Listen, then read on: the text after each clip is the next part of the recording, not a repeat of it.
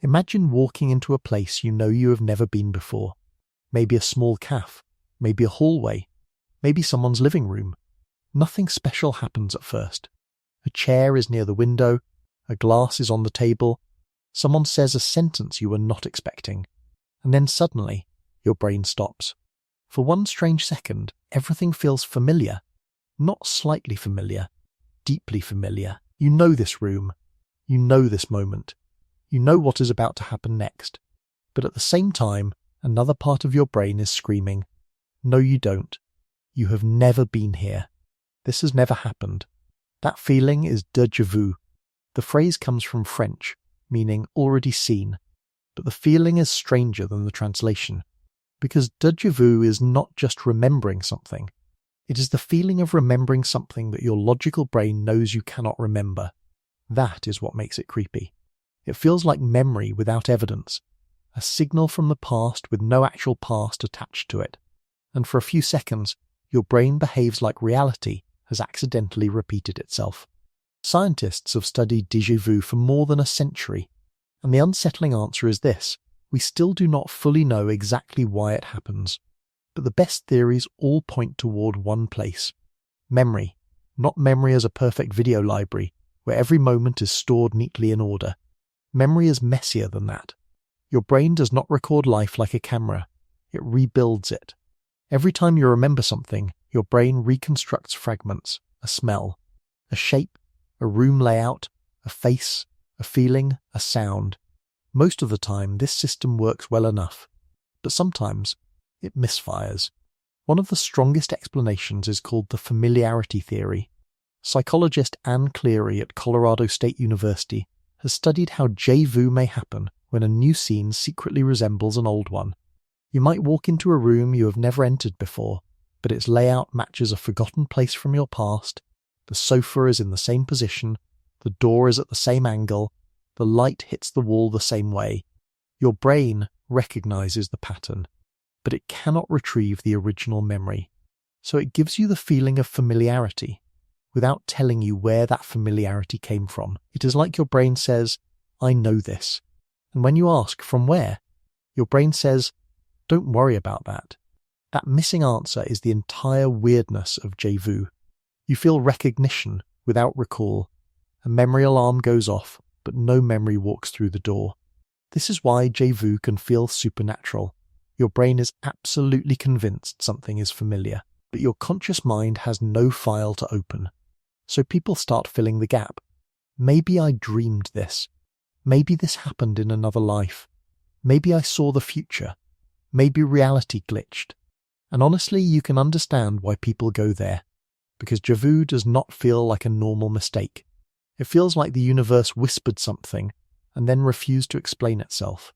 But the brain can create that feeling without magic. Another theory suggests déjà vu may come from a timing error. Your brain processes information through different systems at incredible speed. Visual information, memory matching, emotional familiarity, attention, all of this happens almost instantly. But if one part of the system is delayed by even a tiny fraction of a second, the same moment may feel like it arrived twice. The first pass is unconscious. The second pass reaches awareness, and your brain mistakes that tiny delay for memory.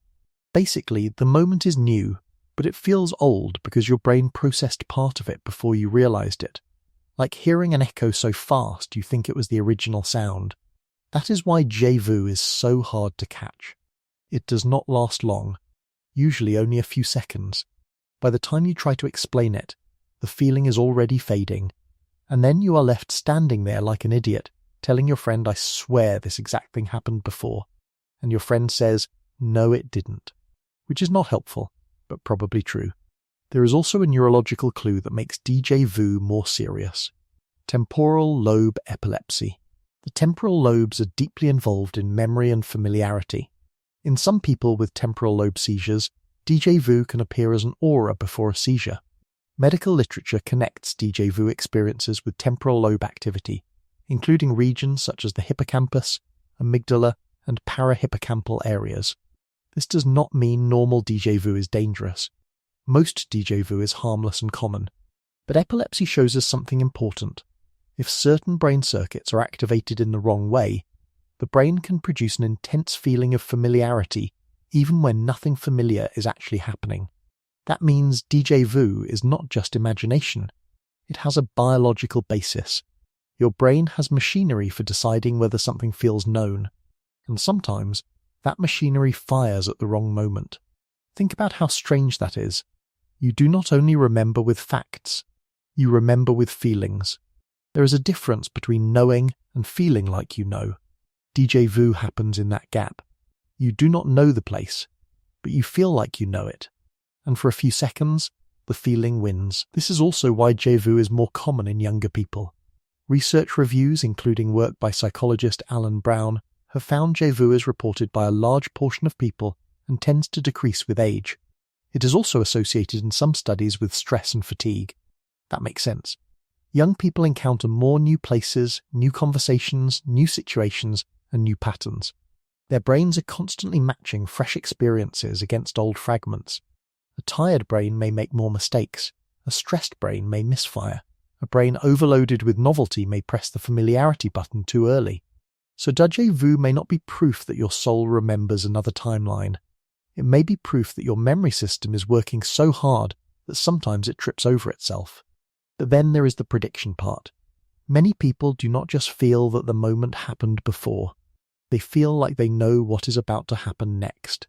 That is what makes déjà vu extra unsettling. You are not only thinking, I have been here. You are thinking, I know the next sentence. Researchers have tested this too. Anne Cleary's work suggests that the feeling of prediction during déjà vu may be just that, a feeling. People may feel like they can predict what comes next, but that does not necessarily mean they actually can. Your brain is constantly predicting the future. Every second, it guesses what will happen next based on memory and pattern. Most of the time, you do not notice it. But during déjà vu, the prediction system may get wrapped inside the familiarity feeling. Suddenly, an ordinary guess feels like a memory from the future. That is why déjà vu feels so powerful. It is not only memory glitching, it is prediction wearing the mask of memory. And for 1 second, your brain becomes a terrible fortune teller with amazing confidence. There is another possible source. Dreams. Some people swear their déjà vu comes from dreams they forgot. They arrive somewhere new, and suddenly it feels like a dream they had months ago. Science cannot fully confirm that in most cases, because forgotten dreams are almost impossible to verify. But the idea is not crazy. Dreams build scenes out of fragments. Rooms you never visited. People you barely know. Conversations that never happened. Your brain is already capable of creating fake worlds every night. So if a real scene later resembles a forgotten dream, it could trigger the same eerie familiarity, not because you predicted the future, but because your brain has already rehearsed something similar in sleep. The strange thing is, all these theories may be partly right. Déjà vu may not have one single cause. Sometimes it may come from scene similarity, sometimes from timing errors, sometimes from fatigue, sometimes from temporal lobe activity, sometimes from forgotten dreams, and sometimes from the brain's normal memory system briefly doing something abnormal. That is why déjà vu is so difficult to explain. It is not one clean event. It is a category of strange experiences that all feel similar, a small crack between perception and memory, between now and before, between knowing and feeling. And maybe that is why people love paranormal explanations, because the scientific explanation is almost more unsettling. It means your sense of reality depends on tiny brain systems working in the correct order. Your feeling that this is new or this is familiar is not reality itself. It is a brain judgment. And sometimes that judgment is wrong. For most of your life, you trust it completely. You walk into a room and know you have never been there. You see a friend and know you recognize them. You hear a song and know it is familiar. These feelings seem automatic and obvious. But déjà vu reveals the machinery underneath. It shows that familiarity is not proof. It is a signal, and signals can misfire. That is the real mystery of déjà vu. Not that you secretly lived this moment before, but that your brain can make a brand new moment feel older than your own memory. So what happens during déjà vu? Your brain sees the present. Then some part of your memory system accidentally stamps it as familiar. For a few seconds, reality gets mislabeled. The moment is new, but the label says, already seen. And then, the system corrects itself. The feeling fades. The room becomes normal again. The conversation continues. Your friend keeps talking like nothing cosmic just happened inside your skull, but you are left with that strange emotional aftertaste, like you briefly touched a hidden layer of time. Maybe déjà vu is not proof of reincarnation. Maybe it is not a message from another universe. Maybe it is not the simulation glitching. Maybe it is something even more personal. A tiny mistake in the machine that lets you trust your own memory. And that might be more fascinating than any supernatural answer. Because for one brief moment, déjà vu shows you that memory is not the past. Memory is your brain trying to explain the present. And sometimes, it explains it wrong.